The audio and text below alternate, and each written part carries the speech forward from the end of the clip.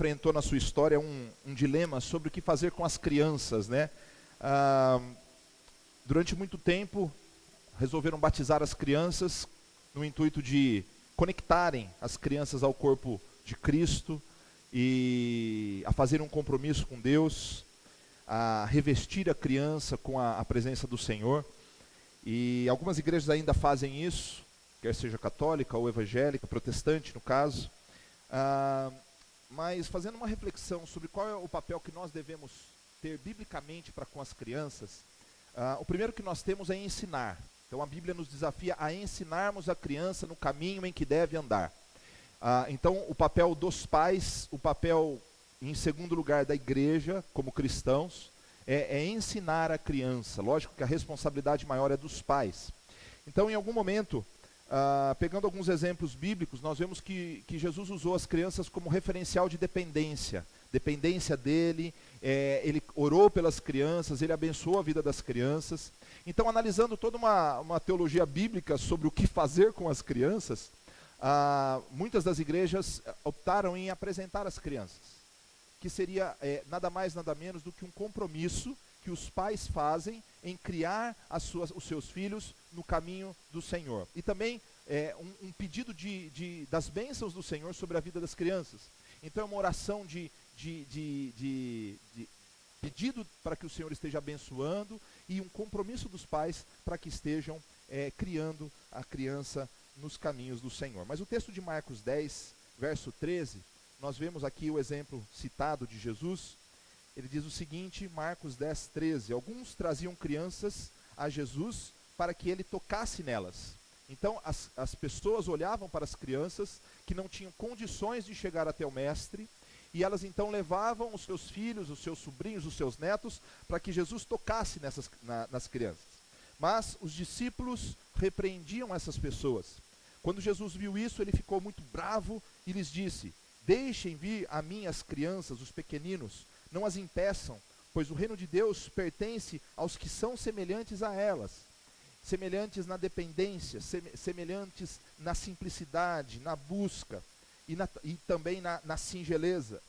Digo-lhes a verdade, quem não receber o reino de Deus como uma criança, nunca entrará nele. Uma criança recebe o ensinamento, o aprendizado, não parte de si, mas depende dos outros. Então nós precisamos depender do nosso Deus, nós precisamos depender dele. É muito comum que nós vivamos, nós começamos, o Francisco começou, eu sei, o nosso grupo também começou um estudo em 2 Coríntios, e um dos aspectos envolvidos naquela carta de 2 Coríntios é a falta de dependência de Deus. Os cristãos se tornaram muito aptos a exercer a sua religiosidade. Eu sei o que eu faço, eu sei o que eu digo, e a tendência do ser humano é se tornar cada vez mais autossuficiente. E o Evangelho não permite autossuficiência. O Evangelho permite dependência, ele exige dependência. E é exatamente isso que as crianças são dos seus pais, dos seus superiores, são dependentes. Por isso nós precisamos receber o reino de Deus com dependência do nosso Criador. Então, em seguida, tomou as crianças nos braços, cumprindo aquilo que os pais desejavam, impôs-lhes as mãos e as abençoou. Eu queria chamar aqui a Larissa, que traga a Estela. É isso, né? E pode vir a sua mãe também. Nós estivemos conversando há pouco mais de 30 dias, um pouco mais de um mês, amigas da Irene, pode subir aqui, ó. E conversei, expliquei tudo isso que eu expliquei para vocês, já expliquei para ela. Ela tem uma história de busca pelo Senhor, uma história de querer realmente criar a sua criança no caminho do Senhor. E a Estela, né? Eu esqueço, a Estelinha nos caminhos do Senhor. E ela pediu para que fosse feita a apresentação dela aqui. Poderia ser feito em outras igrejas, de parentes e tal, mas ela preferiu que fosse feito aqui. Então, para nós é um privilégio, mas, como disse para você, é um compromisso que você faz diante de Deus. É um compromisso que também a sua mãe agora faz junto de criar a sua filha nos caminhos do Senhor, de se tornar um exemplo de conduta, de exemplo para ela. Porque, na verdade, nós ouvimos muitas histórias hoje. Infelizmente, aqueles que são os primeiros modelos, pais, avós e às vezes até tios, pessoas que ajudam na criação, são os principais empecilhos para que a criança aprenda a verdade. Então os exemplos que nós vemos hoje em dia na sociedade são terríveis, né? Então a criança cresce vendo o pai, a mãe, tendo atitudes totalmente inconvenientes. Então é exatamente isso que você vem se comprometer, através do seu testemunho e também de conduzir a Estelinha aos pés do Senhor. Isso envolve um respeito à palavra de Deus e a busca por uma comunidade que possa acolher você para ajudá-la também nesse processo. Você é responsável, sua mãe é responsável, mas a igreja pode ser um braço forte para te ajudar a criar a Estela nos caminhos do Senhor, tá bom? Então, eu queria te perguntar, então você se compromete a criar a Estela nos caminhos do Senhor? Se compromete a ser um modelo de conduta, de exemplo, para que ela realmente veja os bons modelos? Sim. Então, se compromete também a apresentar a Estela a palavra de Deus? Sim? Então, tá bom. E por fim, se compromete a encontrar uma comunidade que possa te ajudar a criá-la nos caminhos do Senhor? Nós estamos de braços abertos, mas nós sabemos que, devido à distância, você tem total liberdade para encontrar um lugar que possa acolhê-la. Nós estamos aqui sempre de braços abertos, mas se compromete a isso? Sim, então tá bom. Vamos todos ficar em pé, já descansamos um pouquinho, né? Eu vou ter que pegá-la nos meus...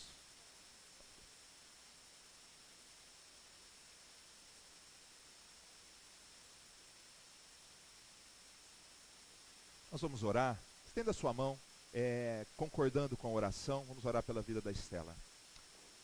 Pai, nós te louvamos e te agradecemos por esta noite, porque esta noite é uma noite especial, em que a Larissa, Senhor, se coloca diante da igreja, diante do Senhor, para que possa realmente se comprometer diante do Senhor e dessas pessoas, a criar a sua filha nos caminhos do Senhor, a reverenciar tudo aquilo que vem do alto, a depender da sua palavra como fonte, como alicerce para a sua vida.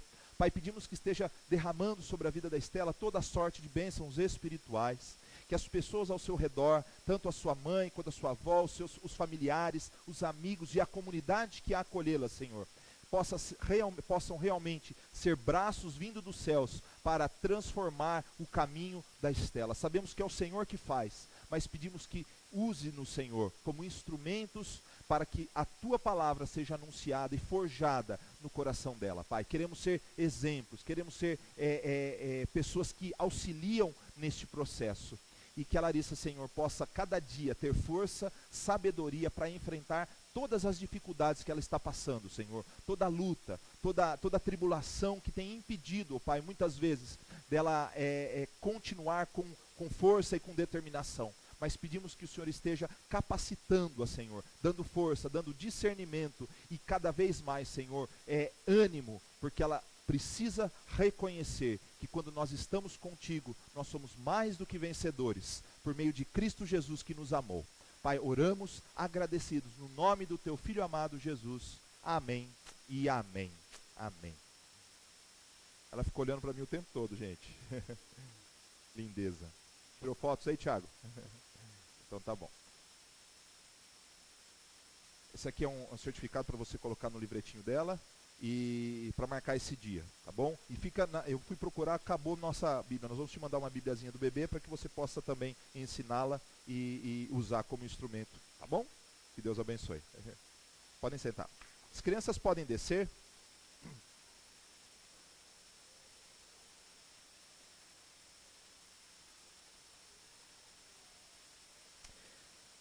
Irmãos, enquanto as crianças descem, vou fazer só uma rápida explanação.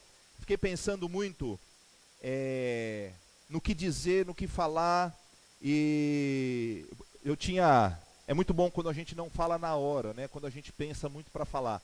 Quando a gente pensa muito, a gente fala com mais propriedade, né? Ontem nós tivemos um evento aqui,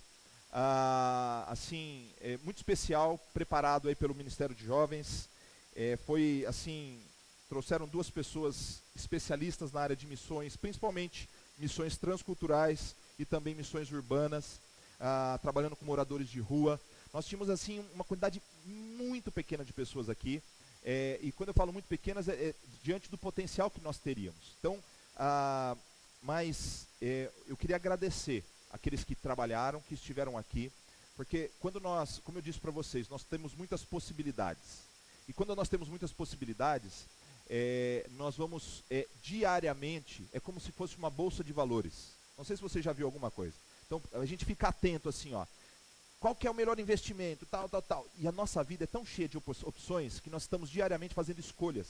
Então a gente está ali assim, ó. Ah, não, eu ia aqui, mas não vou mais, eu vou aqui e tal. E a gente fica substituindo as coisas. Mas não sou eu que devo julgar isso. É Deus que deve julgar. Cada um tem os seus motivos, as suas razões. Então eu peço que um dos compromissos que nós temos para o ano de 2015, irmãos, uma equipe de planejamento que orienta a todos os ministérios apoiarem todos os ministérios. Então, no dia que tivermos atividade das mulheres, os homens vão apoiar tudo que for feito com as mulheres. No dia que for ter atividade com jovens, os adultos vão apoiar, as crianças vão apoiar. Então, nós precisamos criar essa integração. Mas não é falando, é exercitando, é falando e repetindo.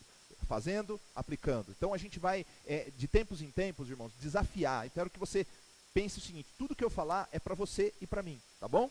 Então, como nós somos uma nova igreja, uma nova estrutura, uma nova realidade, buscando uma nova experiência com Deus, então nós precisamos falar, aplicar. Falar, aplicar. Erramos, começamos de novo e vamos aplicando. Mas aqueles que vieram foram abençoados, tenho certeza disso, pela experiência daqueles que estavam servindo ao Senhor, tá bom? Então, não se espantem, não fiquem melindrados, não fiquem chateados, porque eu vou falar todas as vezes, eu vou repetir, eu vou enfatizar. Vocês lembram no último acampamento que nós tivemos, que foi o ano passado? Eu fiquei quase 9 meses falando do acampamento. Você sabe o que aconteceu? A gente tinha inscrito 100 pessoas. Chegou em dezembro, nós tínhamos 40 inscritos. Eu fiquei 9 meses falando, o acampamento era em fevereiro. Então, gente, vamos pagar parcelado. Então é assim, vocês vão pagar pouquinho por mês, blá, blá, blá, blá. Chegou em dezembro, tinha 40. E as pessoas falavam assim, não sei se vou. Sabe o que aconteceu? Tivemos que cozinhar para 120, 130, 140. Então chega na última hora, a gente decide. Então, irmãos, nós precisamos vencer aquilo que é ruim na nossa cultura. Primeiro, falta de planejamento, falta de disciplina, a gente precisa. Então nós vamos enfatizar, não é vocês, nós precisamos nos unir para vencer essa falta de disciplina que nós temos, essa falta de valorização daquilo que é importante, tá bom? Então, não fiquem chateados comigo, toda vez eu vou falar, vou pegar no pé, até a gente engrenar, tá bom? É assim que funciona em qualquer área da vida. No exercício físico é assim, hoje eu posso falar, porque eu já estou há um mês, já venci o primeiro mês, e agora já peguei, então agora eu vou ensinar vocês a como é fazer exercício físico, e aí porque eu já tenho experiência na área, tá bom? Brincadeiras, vamos lá. Pessoal, nós vamos começar então o estudo de hoje. Relacionamentos, começar novamente os nossos relacionamentos. E quando a gente iniciou essa série em janeiro, eu falei para vocês que seria uma série longa, dividida em capítulos. Então, o primeiro capítulo, nós falamos sobre a mudança de valores, a mudança de virtudes, de ações que nós deveríamos ter, justamente para quê? Para olharmos a nossa vida cristã e refletirmos se nós não estamos perpetuando erros. Eu dei um exemplo lá atrás. Pense, por exemplo, que você trabalha numa empresa e você chega lá na empresa e você veja a pessoa fazendo uma coisa errada. E a pessoa está fazendo aquela coisa errada e você fala assim, mas está errado. Ele olha para você e fala o seguinte, eu tenho 30 anos de experiência e você vem me dizer que eu estou errado? Aí eu digo para você o seguinte, 30 anos de experiência fazendo a coisa errada continua sendo errado. A experiência, ela precisa estar aliada à efetividade, à eficácia, à eficiência. Então, na vida cristã, a mesma coisa. Eu estou acostumado a viver a minha vida cristã assim. Quer um exemplo? Eu falei sobre o trabalho de missões que seria feito no sábado. Eu ouvi muitas pessoas falando assim para mim, mas para que isso? Eu estou falando sério. Aí eu falo para você o seguinte, isso é um vício que nós temos de não valorizar as coisas, achando que nós temos domínio sobre a nossa espiritualidade. E o grande problema na nossa vida espiritual, na nossa vida com Deus é isso. Nós não podemos ter domínio, nós não podemos ter controle. Viver a vida cristã é viver na dependência. Então nós precisamos vencer aquela terrível tendência nossa, né, de tentar administrar a vida cristã de acordo com o que seja mais confortável e mais conveniente para nós. E infelizmente é isso que a gente faz. A gente administra a nossa vida cristã a partir daquilo que é mais conveniente para nós. E aí, cada um de nós tem um tipo de preferência. Então, por exemplo, cada um de nós tem uma preferência de música, cada um de nós tem uma preferência de ambiente, de pregador, de vestimenta, né? Mas tudo isso é secundário. No reino de Deus, nós precisamos valorizar aquilo que é realmente importante. E aí nós trabalhamos a virtude da humildade, da simplicidade, da submissão, e falamos sobre várias coisas. E depois nós entramos, então nós precisamos recomeçar, precisamos revisitar a palavra de Deus, para encontrar os valores que realmente tem que fazer parte da nossa vida. O comprometimento, por exemplo, esse é o grande problema talvez, se a depressão é a grande doença, os grandes distúrbios contra os quais a medicina está lutando, a igreja e todos os segmentos da sociedade, talvez o comprometimento seja uma das buscas mais complicadas que nós temos nos dias de hoje. Porque, irmãos, nós não nos comprometemos com nada. Parafraseando os tribalistas, nós somos de todo mundo e todo mundo é nosso também. Sabe por quê? Eu vou conforme a onda me interessa. Eu vou conforme as coisas são convenientes para mim. E isso é um grande problema para viver a vida cristã. Então, eu não estou dizendo que você não pode frequentar outra igreja. Não estou dizendo isso. Só estou dizendo o seguinte, que se a gente não tomar cuidado, a gente não tem identidade. Quando a gente começa a ciscar, e não estou sendo pejorativo com a minha expressão, quando a gente começa a garimpar de tudo um pouquinho, né? Tanto na vida espiritual, na emocional, profissional, né? A gente começa a perder raízes. E quando a gente perde uma raiz, a raiz ela tem a ideia da raiz é justamente nos trazer alimento.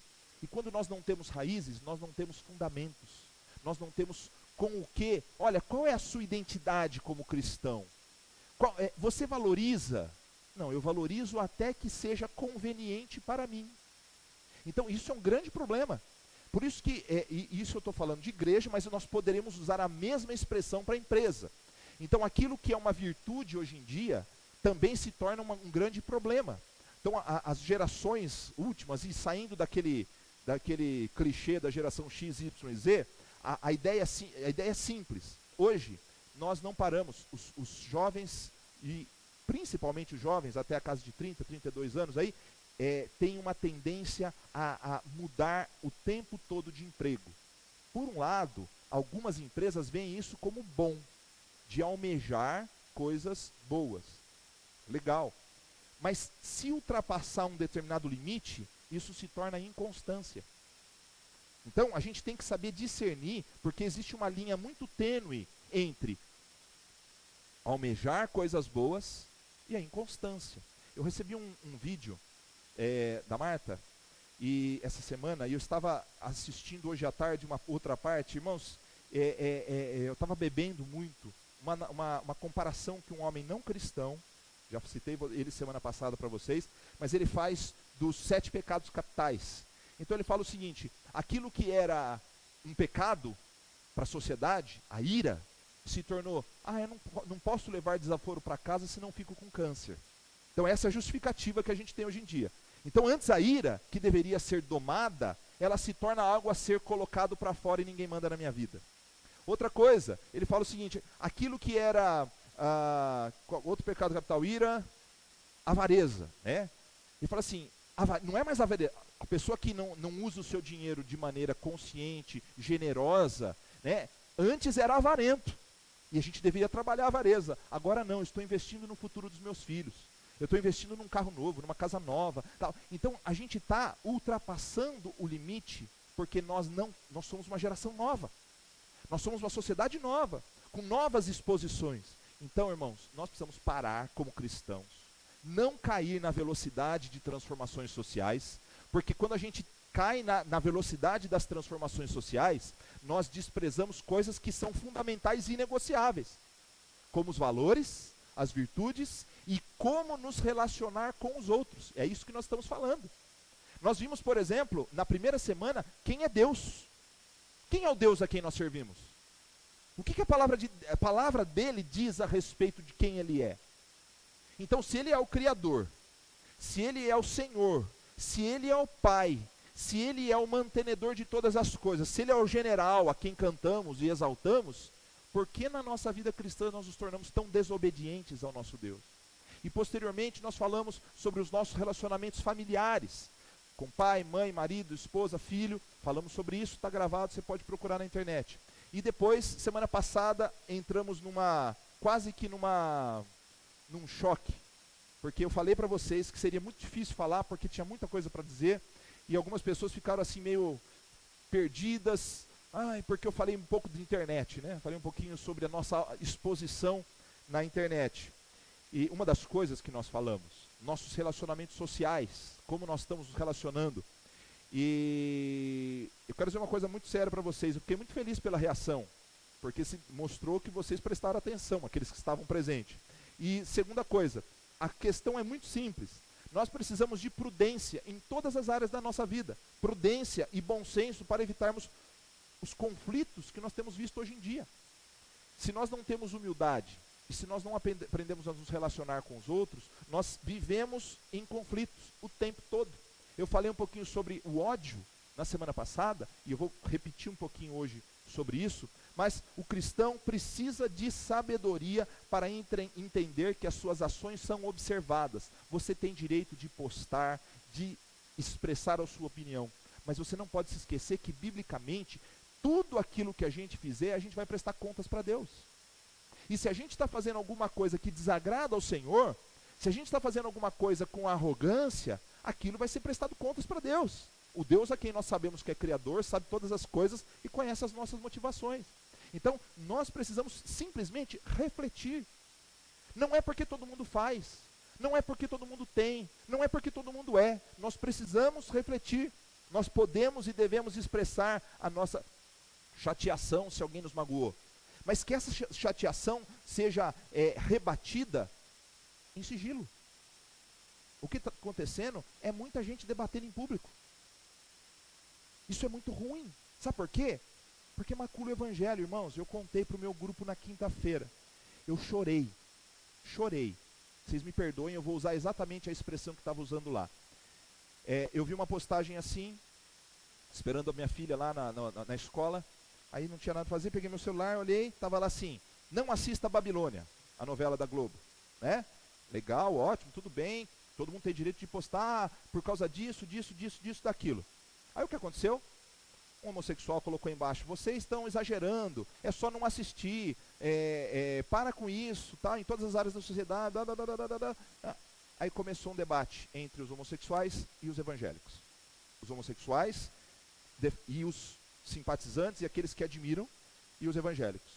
Irmãos, eu chorei, porque o péssimo testemunho que os evangélicos dão. Eles disseram o seguinte: você é uma bichona que vai para o inferno. Eu estou falando sério. Você é uma bichona que vai para o inferno. A palavra de Deus não muda. Vai se converter. Vai que não sei o quê. Isso é argumento? Isso é argumento? Aí vem uma pessoa e fala: olha, não sou cristã, graças a Deus. Não sou vocês evangélicos. Mas o que eu vejo que Jesus ensinava era que nós devemos amar as pessoas. E isso vocês não estão demonstrando. Você não ficaria com vergonha de ser evangélico? Eu morri de vergonha. Irmãos, qual é o exemplo que nós estamos dando? Qual é a atitude que nós estamos tendo diante, inclusive, dos nossos agressores, que é o tema de hoje? Nós precisamos trabalhar como nos relacionar com aqueles que nos agridem de uma forma ou de outra. E eu fiz uma pequena divisão entre agressões físicas e emocionais. E quando a gente está preparando estudo, a gente fica pensando, orando e falando o seguinte: quais seriam questionamentos? Porque aqui é uma mensagem, é uma pregação. Então geralmente a gente não tem debate, apesar de vez em quando eu propor um debate. Mas existem outras formas de agressão que nós sofremos, que não seja física e emocional? Vamos pensar um pouquinho? Vamos tentar pensar. A gente pode ser agredido intelectualmente? Mas a gente sofre intelectualmente? A gente sofre emocionalmente. Mesmo que você sofra uma agressão no campo da intelectualidade, tipo assim, a pessoa está falando uma coisa muito, muito ridícula. O que você está demonstrando? Emoção. Certo? A gente pode sofrer agressões no campo da espiritualidade? Sim ou não? Talvez. E aí vamos tentar explicar um pouquinho. Como que nós vamos sofrer agressões no campo da espiritualidade? Podem falar. Faz de conta que é uma aula, nesse primeiro momento. Questionar sua fé. Beleza? Talvez a moeda seja a sua fé. Mas como você se sente agredido? Espiritualmente ou emocionalmente? Emocionalmente. Talvez o único campo espiritual que nós sofremos agressões seja realmente no campo de opressão, certo? Possessão, coisas desse tipo, que seriam agressões que nós pudéssemos sofrer, mas não são das pessoas. É no campo que é impossível de nós tratarmos, senão na dependência de Deus. Então, como a gente não tem a ideia de trabalhar possessão, opressão, obsessão hoje, nós vamos trabalhar simplesmente no campo físico e no campo emocional, certo? Então, fiz uma explicação para a gente centrar as nossas forças, porque a maior parte das reações que nós temos, é no campo das emoções. Sabe por quê? Porque quando você sofre um golpe de direita, o seu corpo não reage única e exclusivamente fisicamente, certo? O que você reage? Você pode reagir instintivamente, que é o bateu, levou, mas você levou porque afetou de alguma forma a sua emoção, a sua confiança, então, de certa forma, irmãos, a gente reduz até um pouquinho mais. O que nós temos que trabalhar para lidar com as pessoas que nos agridem, especialmente, são as nossas emoções. Nós precisamos aprender a trabalhar as nossas emoções. Então, vamos pensar um pouquinho o seguinte: se você é atropelado por uma pessoa do bem, que se distrai, e que talvez nem tenha culpa, você quebra sua perna, sente dores, e depois de imaginar que deu tudo certo, você foi curado, não sofre grandes danos, você pode até ficar com um pouquinho de chateação com a pessoa, tal, mas você não pode reagir, porque de repente você entrou na rua distraído, a pessoa te atropelou, certo? Mas é diferente se você está jogando bola com seu amigo, jogando futebol com seu amigo, e você sem querer faz ele tropeçar, no lance seguinte ele entra com os 2 pés na sua canela, assim, ó. O que você vai sentir? Homens.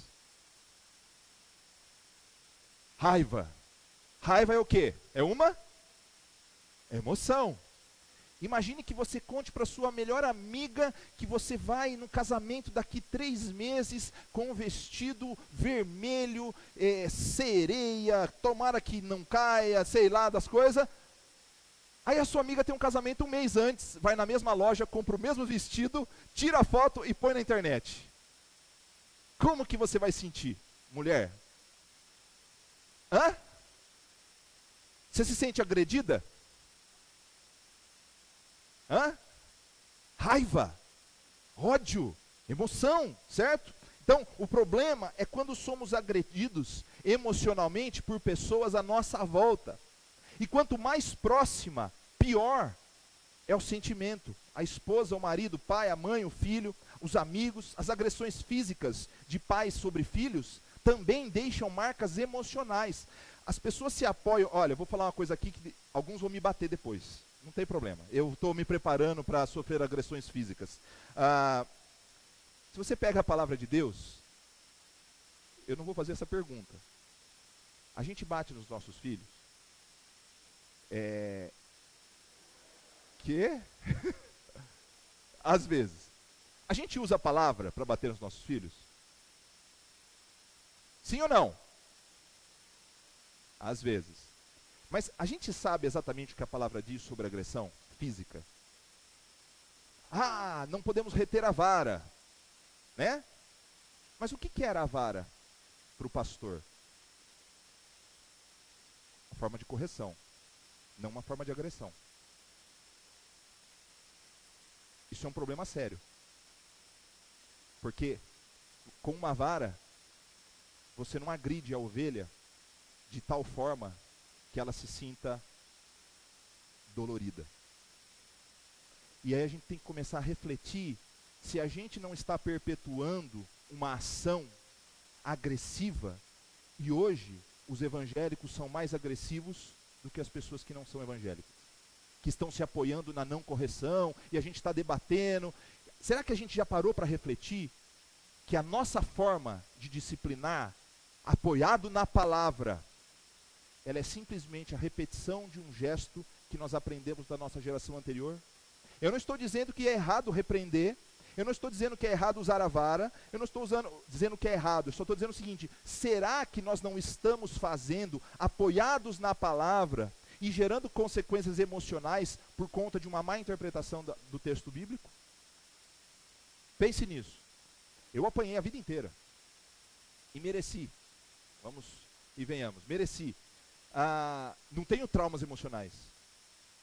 Então, eu não acho que necessariamente a disciplina, inclusive que envolva questões físicas, seja de todo errada.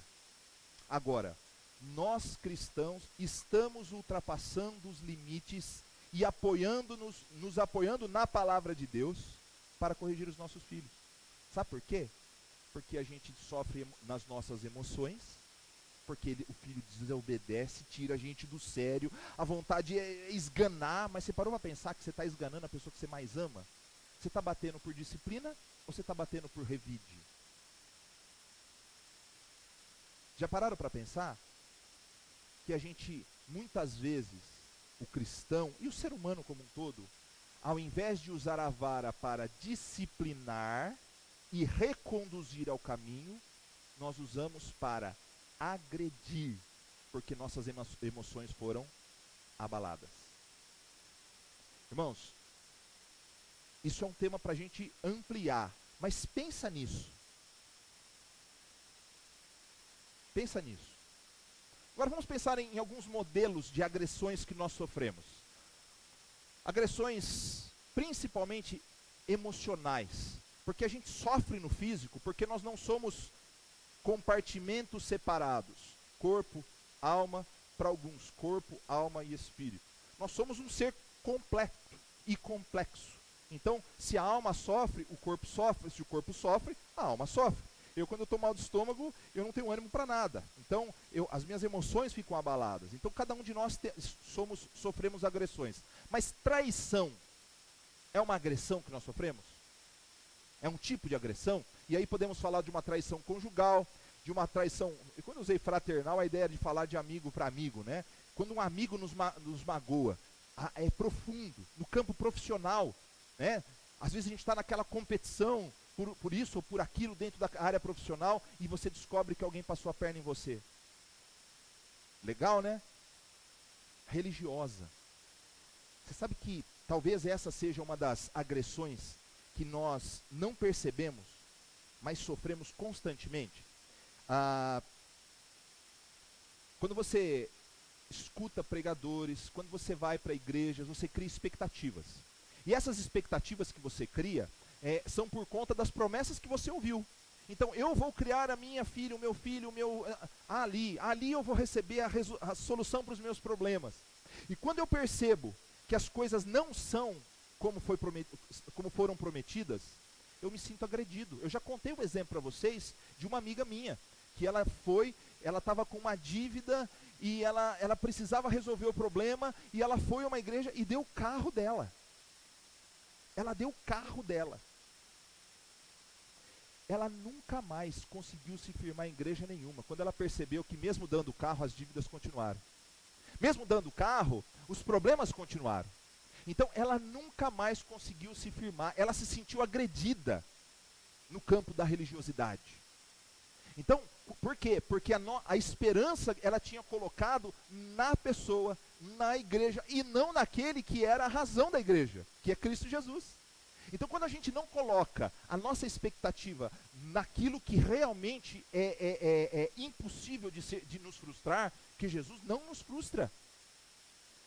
Cristo é a razão de nós servirmos na comunidade local. Isso aqui é uma expressão visível da igreja e invisível de Deus espalhado pela face da terra, e aqui nós vamos encontrar todos os defeitos do mundo. Você sabia disso?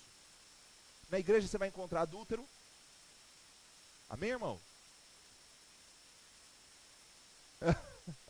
Nós vamos encontrar adúltero. Sabe por quê? Porque Jesus diz o seguinte: qualquer que olhar para uma mulher com intenção impura, já adulterou com ela.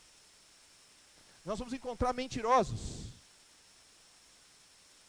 Certo? Você é um mentiroso. Nós vamos encontrar impostores. Irmãos, eu não estou dizendo que você é.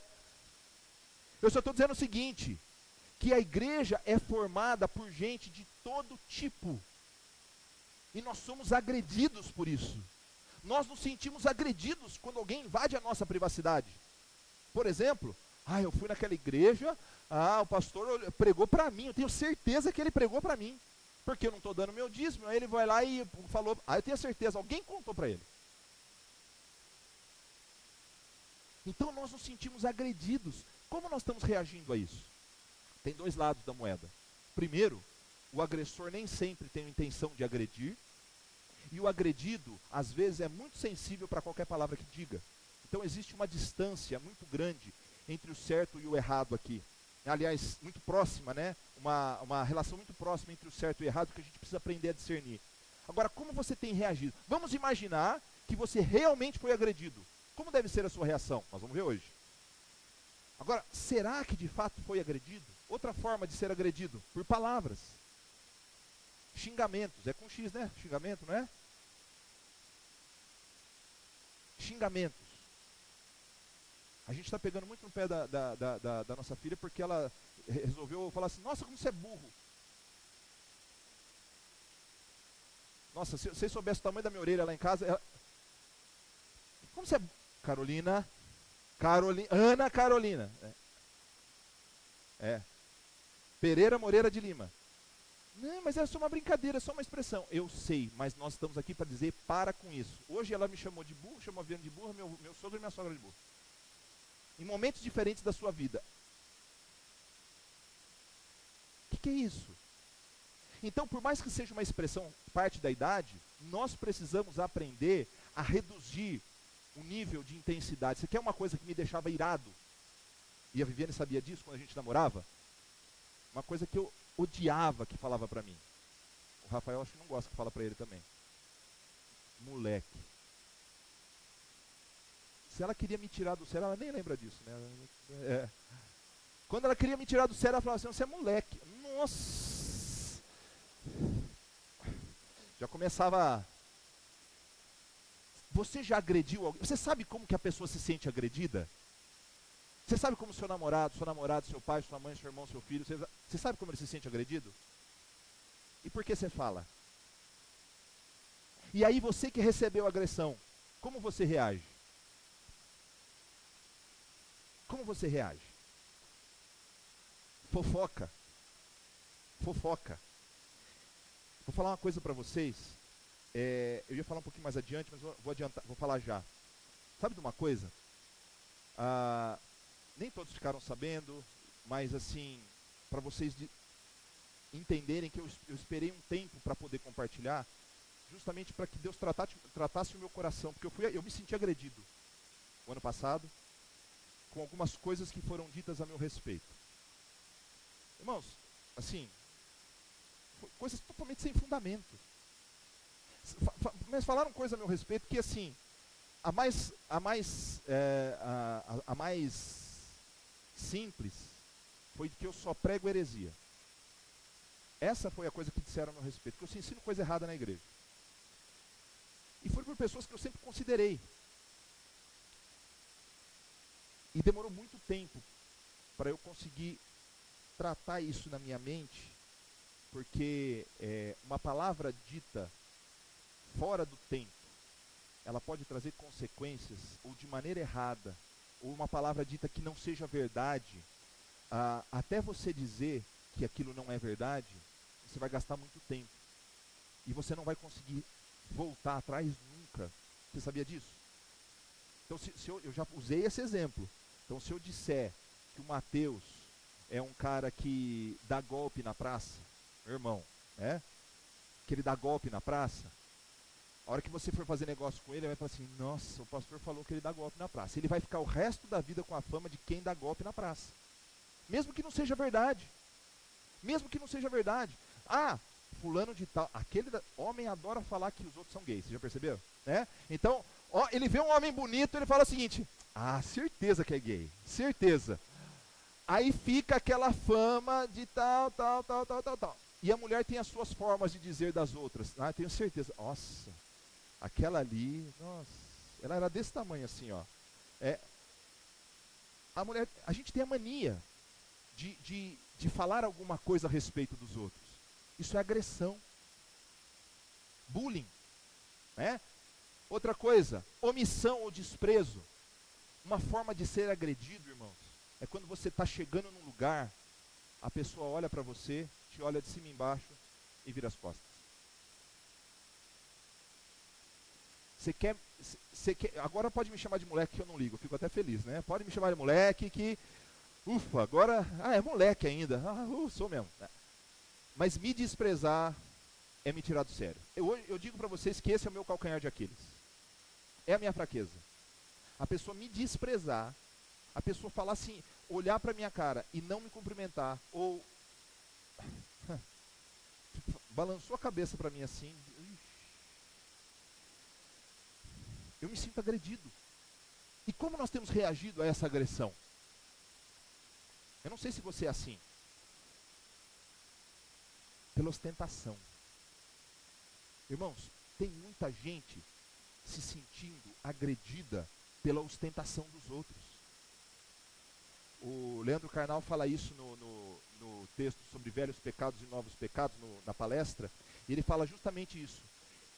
A inveja que deveria ser combatida, ela agora se tornou objetivo de vida. Não é porque eu tenho inveja que ele tem um carro assim, uma casa assim, um emprego assim. Não tem inveja, simplesmente eu tenho metas pessoais. Né? Então hoje mudou, metas pessoais. No fundo é inveja. É inveja. E por mais que a gente fale, as pessoas elas gostam de expor. E o que está causando conflito, eu falei das redes sociais justamente por isso. Causa conflito. Por mais que você não tenha a intenção de agredir, as pessoas se sentem agredidas. Ele tem, eu não tenho. Ele foi, eu não fui.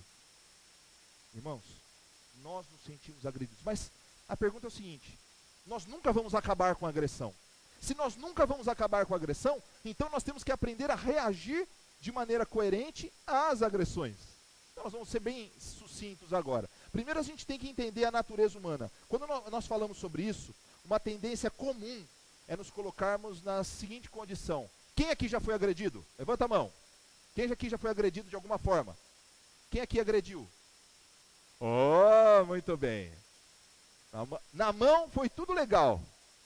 No dia a dia a gente age como se nós não fôssemos agressores. A gente age como se nós sempre fôssemos agredidos. Mas a tendência do ser humano é essa. Você pode me dizer que há pessoas que se ofendem por tudo, eu concordo com isso. Realmente, mas está ao nosso alcance evitar conflitos. E nós devemos evitar conflitos. Nós somos muito diferentes uns dos outros, mas totalmente parecidos em nosso potencial, tanto para o bem quanto para o mal. Há pessoas que se declaram preconceituosas, outras falam assim, não, eu aceito, sou tolerante. Né? Nós temos gente de tudo quanto é tipo, mas potencialmente todos nós temos condições de sermos agressores. O grande problema em tudo isso é o ódio que aflora em nosso coração. Mesmo pessoas que se acham justas, honestas e tolerantes, podem de uma hora para outra tornar-se intolerantes, injustas e tendenciosas. Você se acha um ser humano bom?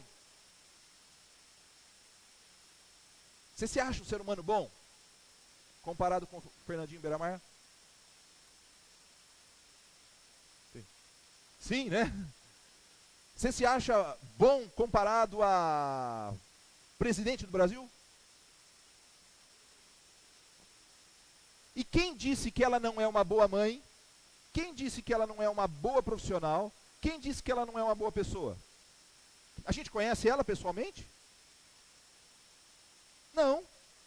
A gente conhece algumas ações dela, E eu não estou defendendo, vocês sabem que eu não sou nem de um lado nem do outro, tá? Então eu não sou PT nem PSDB, não quero cair nessa discussão. É só um exemplo que está latente aí, né? Veja só. Quem conhece aqui, eu só sei uma pessoa, mas quem conhece a turma do partido A, do partido B, você pode ter certeza que ali existem bons pais, bons maridos, pessoas que são admiradas pelos seus amigos e que têm atitudes controversas e muitas vezes realmente corruptas numa área da sua vida. Como que é o seu coração? Como que é o meu coração? Precisamos entender a natureza humana. A Bíblia diz o seguinte, vamos ler juntos ali, Jeremias 17:9? O coração é mais enganoso que qualquer outra coisa, e sua doença é incurável. Quem é capaz de compreendê-lo? Então, eu fiquei pensando numa seguinte situação sobre o evento que aconteceu comigo no final do ano. Eu fiquei revoltado, triste pela intolerância para com as minhas opiniões e posicionamentos. Irmãos, eu fiquei triste pelas opiniões a meu respeito. Eu fiquei chateado, porque aquilo era inverdade. Eu fiquei triste, eu fiquei magoado, fiquei revoltado. Agora, depois disso, e recente, tá? Não foi imediatamente, recente, eu percebi que eu poderia, em minha defesa e autopiedade, tornar-me intolerante com aqueles que se posicionaram contra mim. Você já parou para pensar nisso? Por mais que nós não sejamos culpados, quando nós nos tornamos intolerantes, e aí eu vou ter que dar a mão para o ex-chefe da Marta aí, né? O texto do Bresser Pereira, sabe o que ele falou? Que a elite odeia o PT. Eu não estou fazendo uma... Ele é da oposição ao PT. Mas ele só disse o seguinte: nós estamos odiando aquela pessoa que está lá em cima. É justo isso?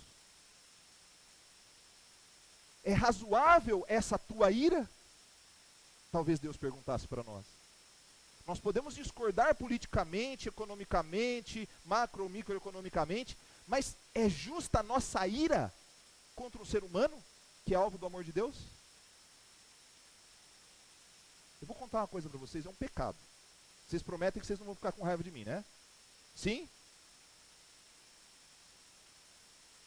A Viviane vai ficar brava comigo, mas não é dela, tá? É minha mesmo, pessoal. Há uns 10 anos, nós tivemos uma mulher que fazia faxina na nossa casa. E eu tinha raiva dela.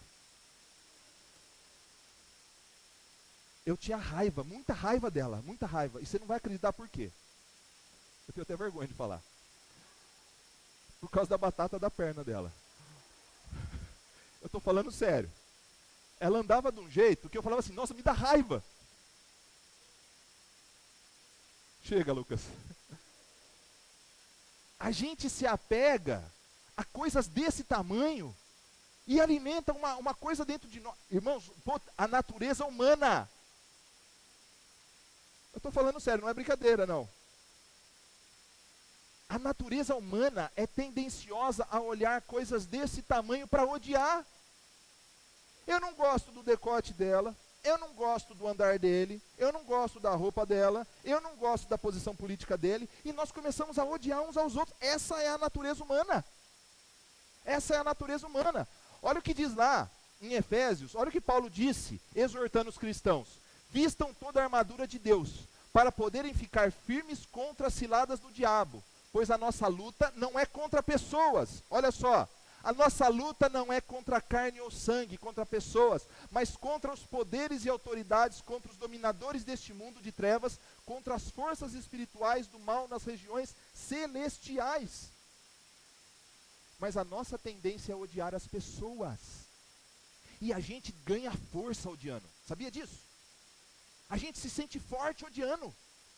Tanto que a Arábia Saudita e Israel estão prestes a, inimigos históricos, prestes a fazer uma aliança contra o Estado Islâmico.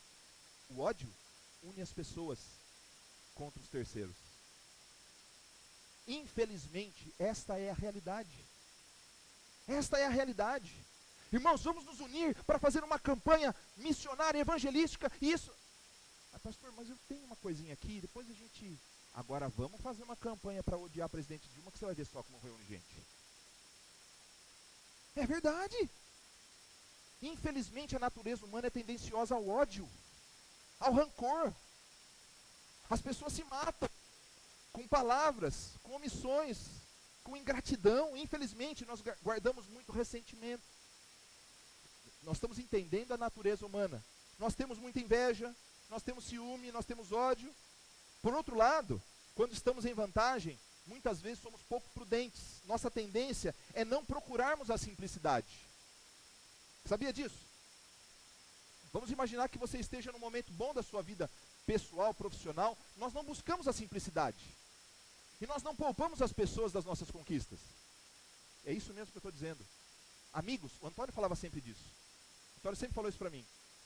Eu quero, com as pessoas que estão ao meu redor, ficar feliz pelas conquistas dela. Mas são poucos, irmãos. Poucos. Você quer um exemplo? Quer um exemplo? Imagine uma coisa que você comprou. Você chega para o seu amigo, fala assim, comprei um celular novo. A pessoa fala assim, nossa, o meu está tão velho. Nossa, eu estava vendo um para comprar. Ah, eu vou viajar para não sei onde. Nossa, eu estava vendo semana passada para viajar para não sei onde. A gente muitas vezes interrompe o discurso do outro para falar de nós. Sabe o que isso significa? Que a tendência humana, a natureza humana, é justamente, eu estou falando tendência, e eu não estou dizendo que você vive isso. Talvez você não esteja vivendo, talvez você já tenha superado. Mas a Bíblia diz, aquele que está em pé, cuide para que não caia. Então essa é a natureza humana. Como nós temos reagido aos nossos agressores? Todos nós podemos ser feridos em nossas palavras. Sermos feridos com palavras e ferirmos com palavras. Todos nós sabemos ferir. Quando eu disse a história do moleque, todos nós sabemos como ferir o outro. E quando a gente vai se sentindo agredido emocionalmente, a tendência é que a gente vá intensificando, agredindo. Você é um canalha. Você é um não sei o quê. E aí você começa... Todos nós potencialmente temos vontade. Estava conversando com o João recentemente, né, João? A nossa vontade é muitas vezes dizer poucas e boas. Mas é só vontade. A natureza. Porque na prática, nós precisamos conter as nossas emoções. Irmãos, entendemos pouco. Escuta só. Nós entendemos pouco da graça de Cristo. E quando entendemos, ela é extensiva a nós, aos nossos amigos e às pessoas que não nos tenham ofendido. Como Cristo pode ser misericordioso com aqueles que nos magoaram, nos ofenderam? Como Cristo pode ser misericordioso com aquela prostituta que dormiu com mais de 1000 homens? Com aquela pessoa que me agrediu, que me passou a perna, que roubou meu dinheiro? Como Cristo pode ser misericordioso com aquele que matou a minha filha? Nós não entendemos a graça de Deus. A gente só quer entender a parte em que a graça de Deus salva a mim, meus amigos e os meus familiares. Àqueles que nos ofenderam, nós desejamos a ira de Deus. Essa é a natureza humana. Se você está melhor ou pior do que eu não sei. Deus sabe. Mas nós precisamos... Dá um S aqui para mim, ô Mari. Aí, obrigado. Reconhecer os planos de Deus. Abra lá em Mateus capítulo 5. É o texto, nós vamos ler o texto no meio e agora nós vamos depois para o último tópico para a gente encerrar. Mas, Mateus capítulo 5. Nós estamos falando que, lembra que nós cantamos no início e nós oramos para que Deus reine em nosso coração. Estou certo? Nós cantamos isso? Reina sobre o meu ser, reina sobre o meu viver e sobre o meu lar. Lindo, cantar, maravilhoso, eu amo essa música. Mas, vamos ver quais são os planos de Deus para a gente se relacionar com aqueles que nos agridem. Mateus 5, 43 a 44.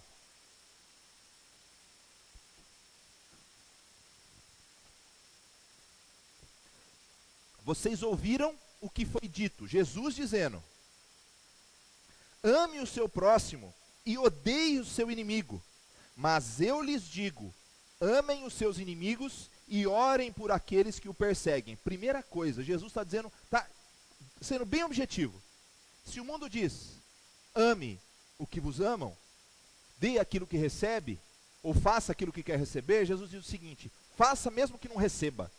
E além disso, ore por aqueles que vos perseguem, para que vocês venham a ser filhos de seu Pai que está nos céus. Porque ele fez raiar o seu sol sobre maus e bons, e derrama chuva sobre justos e injustos. Se vocês amarem aqueles que os amam, que recompensa vocês receberão? Até os publicanos, cobradores de impostos, fazem isso. E se saudarem apenas os seus irmãos, o que estarão fazendo demais? Até os pagãos fazem isso. Portanto, sejam perfeitos, como perfeito é o Pai Celestial de vocês. O Criador sempre soube da nossa tendência ao ódio, da agressividade, ao partidarismo, ao ressentimento. E, inicialmente, a lei de Deus foi estabelecida para dizer: isso é pecado. Não adulterarás, não dirás falso testemunho, não cobiçarás, não se... E aquela monte de legislação mostrando o que é pecado. Mas depois disso, na época que Cristo vem, ele diz o seguinte: vocês ouviram isso, mas eu quero dizer uma coisa para vocês. Vocês têm que ser maiores do que simplesmente um conjunto de regras. Vocês precisam aprender a amar até aqueles que vos perseguem. Jesus começa a trabalhar isso. Com a vinda de Cristo, o ser humano é exposto a um novo ensinamento. Aliás, um ensinamento mais difícil, mais profundo, mais amplo, contudo mais verdadeiro. Ele quer que as leis estejam gravadas no nosso coração. E ele sendo o controlador da nossa história. A minha vontade é agredir, mas Cristo está dizendo: perdoa. Eu não quero, papai. Peça perdão, meu filho. Coma. É Cristo dominando a nossa vida, a nossa história, e mudando a nossa maneira de reagir. Em outra passagem, o que ele está nos ensinando é a chamada lei do amor. A lei do amor, ela é muito maior do que nós podemos imaginar. Olha o que diz Paulo lá em Romanos capítulo 13, ele diz assim: a ninguém devais coisa alguma, a não ser o amor com que vos ameis uns aos outros, porque quem ama aos outros cumpriu a lei. Com efeito, não adulterarás, não matarás, não furtarás, não darás falso testemunho, não cobiçarás, e se algum mandamento maior há, tudo nesta palavra se resume: amarás o teu próximo como a ti mesmo. O amor não faz mal ao próximo, de sorte que o cumprimento da lei é o amor. Você já desejou que a nossa presidente caia envergonhada, como disse um político aí? Quero que ela sangre. É isso que ele disse. Eu quero que ela sangre. Não no sentido físico, né? No sentido político, imagem. Irmãos, nós não podemos desejar isso a ninguém. A ninguém. Nós precisamos aprender a amar até aqueles aos quais a tendência é desejarmos tudo de mal. Canções, livros, leituras são boas. Se não colocarmos em prática a lei do amor, nós já começamos errado. Então, o plano de Deus é simples: ama o teu inimigo.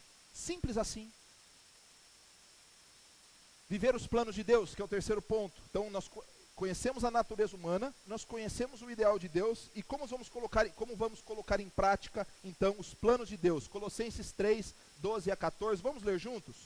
Portanto, como povo escolhido de Deus, santo e amado, revistam-se de profunda compaixão, bondade, humildade, mansidão e paciência. Jesus diz que a nossa vida cristã, a nossa espiritualidade, desenvolve-se a partir de relacionamentos de amor. Contudo, se amarmos apenas aqueles que nos amam, não nos é acrescentado nada. Mas se aprendemos a amar aqueles que não nos amam e que não amamos, aprendemos o que é a vida cristã.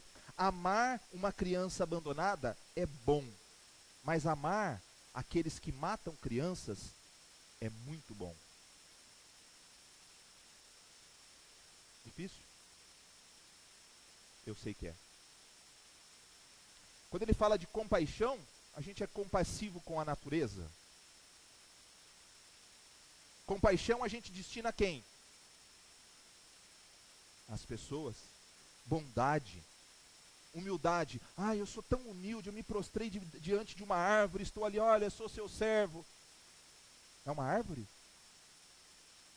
são as pessoas? Primeiro a Deus. E segundo, no serviço às pessoas. Mansidão. Nossa, hoje eu não bati em nenhum passarinho. É assim? Eu consegui reagir com mansidão às pessoas porque Deus me capacitou. É assim que a gente tem que pensar. Então, colocar em prática é olhar para os nossos agressores e falar o seguinte: Deus espera isso aqui de mim. Efésios 4, ali, 24 a 27, diz o seguinte: quanto à antiga maneira de viver, vocês foram ensinados a despir-se do velho homem, que se corrompe por desejos enganosos. Irmãos, está aqui, ó. Você antes de Cristo. Aí você fala assim: puxa, eu encontrei a Cristo, Ele é o meu Salvador. Você depois de Cristo, talvez assim, ó, com o rosto em terra, pedindo: Senhor, tem compaixão de mim, tem misericórdia de mim, porque o meu velho homem, ele quer se levantar para dar um tapa na cara daquela sem vergonha.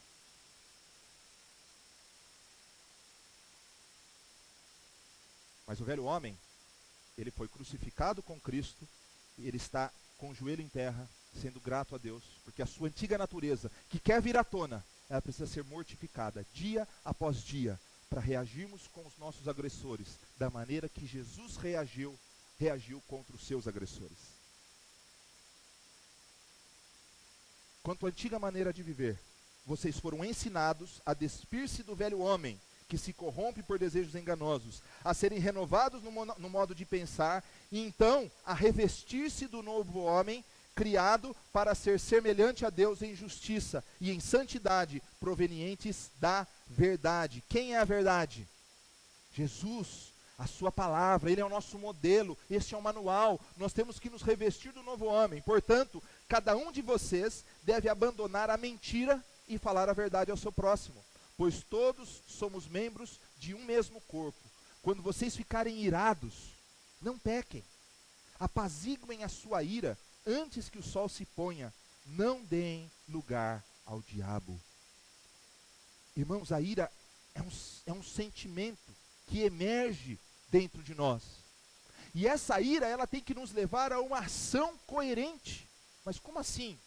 Irai-vos e não pequeis. Eu senti raiva, eu senti ódio. Senhor, o que a tua palavra me orienta a respeito disso? A minha vontade, Senhor, é fazer isso, é fazer aquilo. E você não vai fazer nada. A ninguém devais coisa alguma, exceto o amor. O carro-chefe, e a gente está chegando agora na reflexão final, o carro-chefe dessa mudança, o carro-chefe se chama perdão. Ter um coração perdoador é o carro-chefe da nossa nova vida. Nós fomos perdoados para perdoar. Nós fomos resgatados para resgatar. Nós não podemos esquecer, viver em pé sim, como um novo homem, mas não podemos esquecer que na hora da angústia, o joelho em terra e a humildade são fundamentais para a gente viver a nossa vida cristã. Eu queria passar um vídeo para vocês nessa conclusão. Eu sei que ele tá legendado, mas ele conta a história daquele assassino do Rio Verde, lá nos Estados Unidos. Em 2003, se eu não me engano, foi o julgamento dele. Ele matou 48 pessoas. Eu queria que vocês vissem as reações das pessoas. É um vídeo de aproximadamente 2 ou 3 minutos. 3 minutos, talvez. Pode pôr, James. Aumente o som. Apague 1 e 2 para mim aí, Ronaldo. 1 e 2. Pode pagar tudo, vai que fica mais... Confessou ter assassinado 48 mulheres, tornando-se o maior assassino em série da história dos Estados Unidos. Ele assumiu a culpa pelas mortes. On November 5th, 2003, all doubt of Ridgway's guilt was erased. He pleaded guilty to the murders of 48 women. He'd made a deal to cooperate with the prosecution to provide more information on his victims and the whereabouts of their remains. In doing so, he avoided a trial and possible death penalty. Mr. Ridgway, how do you plead to the charge of aggravated murder in the first degree as charged in count 1 for the death of Wendy Lee Caulfield? Guilty. How do you plead to the charge of aggravated murder in the first degree as charged in count 2? Guilty. Guilty. Guilty. It's like he didn't have any remorse at all for what he had done.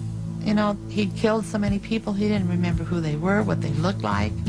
I just couldn't believe that somebody could kill all those people and not remember them. Neither could the angry relatives of his victims, who were invited to speak in court when Ridgway was sentenced to life without parole on December 18, 2003. You had said your memory, when it comes to all of the women you took, was gone. Our memory is not. In your words, you said that they didn't mean anything to you, but she meant everything to us. She was a mother, she was a wife, she was a sister, and we miss her. Gary Ridgway sat there stone-faced as victims' relatives damned him and mocked him. He's an animal. I wish for him to have a long, suffering, cruel death. He's gonna go to hell, and that's where he belongs. But then the emotionless facade finally cracked when the father of one of his victims appeared to surprise him with a dose of human kindness. Mr. Ridgway, there are people here that hate you. I'm not one of them. You've made it difficult to live up to what I believe, and it is what God says to do, and that's to forgive. You are forgiven, sir.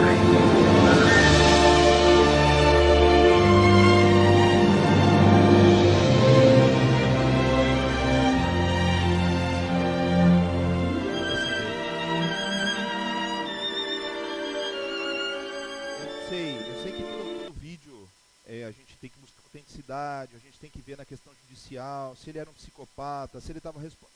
Eu estou esquecendo tudo isso, tá? Os detalhes. Considerando que ele pode ser um assassino em série, um psicopata, um cara mau, um cara desequilibrado, o vídeo tenta mostrar que somente pelo perdão que houve sensibilidade no coração dele. Será que Deus está errado e nós estamos certos no nosso orgulho, na nossa arrogância? Os planos de Deus são maiores do que os nossos planos. Os pensamentos dele são maiores do que os nossos. Chegou o tempo de nós refletirmos um pouquinho sobre tudo aquilo que Deus tem feito por nós. Colossenses diz: suportem-se uns aos outros e perdoem as queixas que tiverem uns contra os outros. Perdoem como o Senhor lhes perdoou. Acima de tudo, porém, revistam-se do amor, que é o elo perfeito. Precisamos entender que para vivermos a vida cristã é necessário diminuirmos o nível de estresse para que possamos também reagir de maneira contracultural. Semana passada nós falamos sobre o evangelho contracultural. Aquele que vocês dizem isso, eu digo isso. Vocês dizem isso, eu digo isso. Nós precisamos aprender que se a gente viver num nível emocional muito alto de estresse, a probabilidade de reagirmos de maneira agressiva contra os nossos agressores é muito grande. Por isso, irmãos, a vida devocional, a vida de oração, a vida de comunhão, a vida dentro da comunidade, ela é fundamental para ajudar-nos a baixar o nível de estresse, a baixar o nível de angústia, para que possamos reagir bem contra os nossos agressores.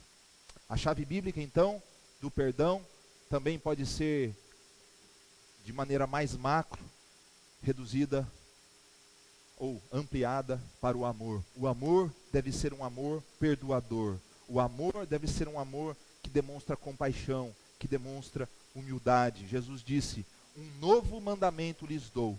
Amem-se uns aos outros como eu os amei. Vocês devem amar-se uns aos outros. Com isso, todos saberão que vocês são meus discípulos, se vocês amarem uns aos outros.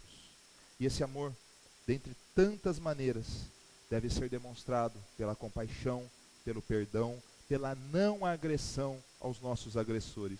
Por mais que seja dolorido, por mais que seja difícil. E eu não estou dizendo não reação, estou dizendo não agressão. Você entendeu? Então, uma pessoa que te ofende, você pode dizer: estou chateado pela sua ofensa. Estou chateado pela sua ofensa. Não gostei das suas palavras. Não tem nada de errado nisso. O que Jesus nos chama é a não agressão. Não entrar em debates e conflitos que possam machucar. Quando não perdoamos, nos mantemos iguais aos homens comuns. Isso nos faz achar que somos normais. Então, eu não perdoar, eu não agredir, a gente tem que diferenciar o fato de não agredirmos, agora transportado para o fato de realmente nós perdoamos. Porque quando nós simplesmente não perdoamos, mas não agredimos, nos tornamos iguais às pessoas comuns. Só que o que Jesus quer é que nós não sejamos mais como pessoas comuns, mas que nos coloquemos na condição de servo dos nossos inimigos. E aí está o desafio. Esse cristianismo é atraente? Ou o cristianismo da vitória, ele é mais atraente?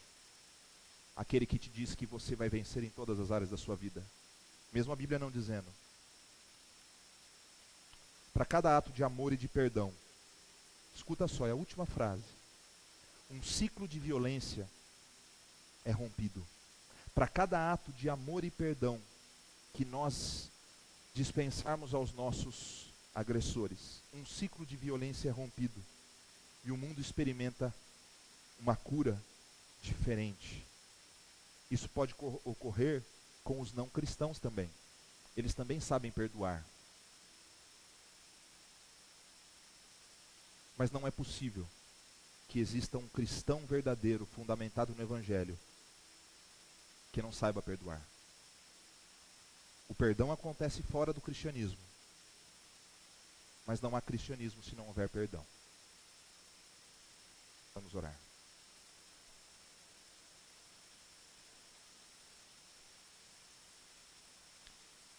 Queria que você orasse a Deus agora. E que o Renan toque aqui para mim um pouquinho. Enquanto a música vai tocar, eu vou pedir duas coisas para você, um desafio que Deus faz no seu coração. Pode parecer brincadeira, mas não é brincadeira, é sério. Lembra de alguma pessoa que te agrediu? Lembra de uma pessoa que merece talvez tudo de ruim? Queria que você orasse por essa pessoa hoje. 1, 2, 3. Ora pela pessoa que te agrediu, pelo seu pai, pela sua mãe, que você está machucado. Ora por essa pessoa. E depois ora pela nossa presidente. Vamos orar por aqueles que nos agrediram. E vamos orar pela nossa presidente.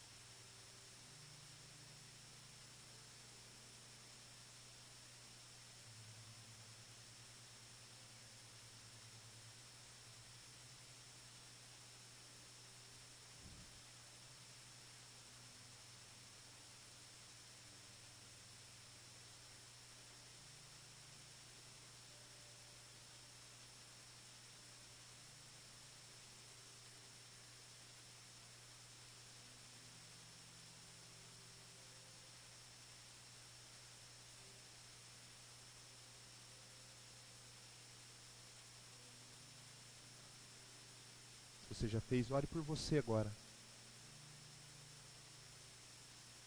Para que você seja, para que nós todos sejamos não agressores, mas que aprendamos dia a dia a ser como Jesus, que é a verdade, que é o modelo.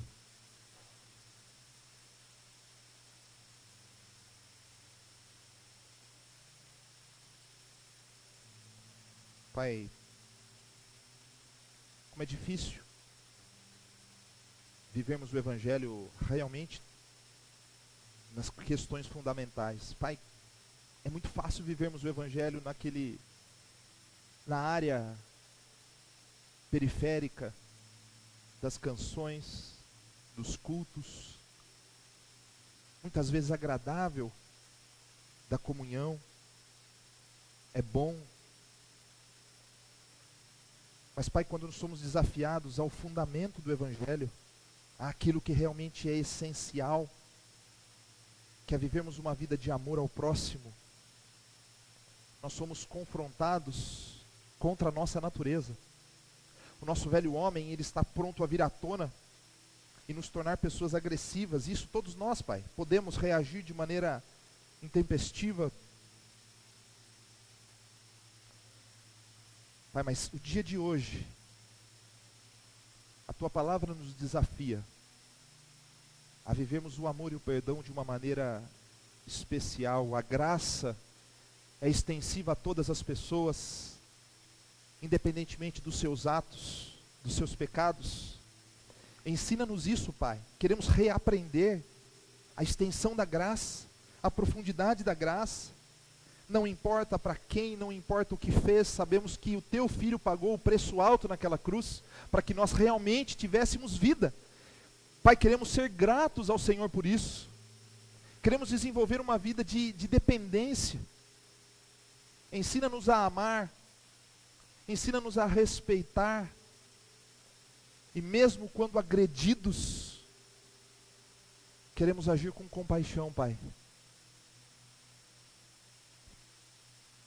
Perdoa, Senhor, porque também muitas vezes somos aqueles que iniciam um processo conflituoso. Ensina-nos de maneira especial a sermos humildes para reconhecer os nossos erros e pedir perdão e mudar de atitude. Eu não conheço os problemas de cada um, mas o Senhor conhece a oração, a sinceridade e a motivação de cada pessoa.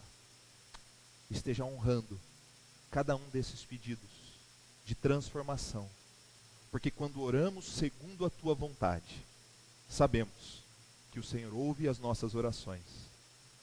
Em nome de Jesus. Amém.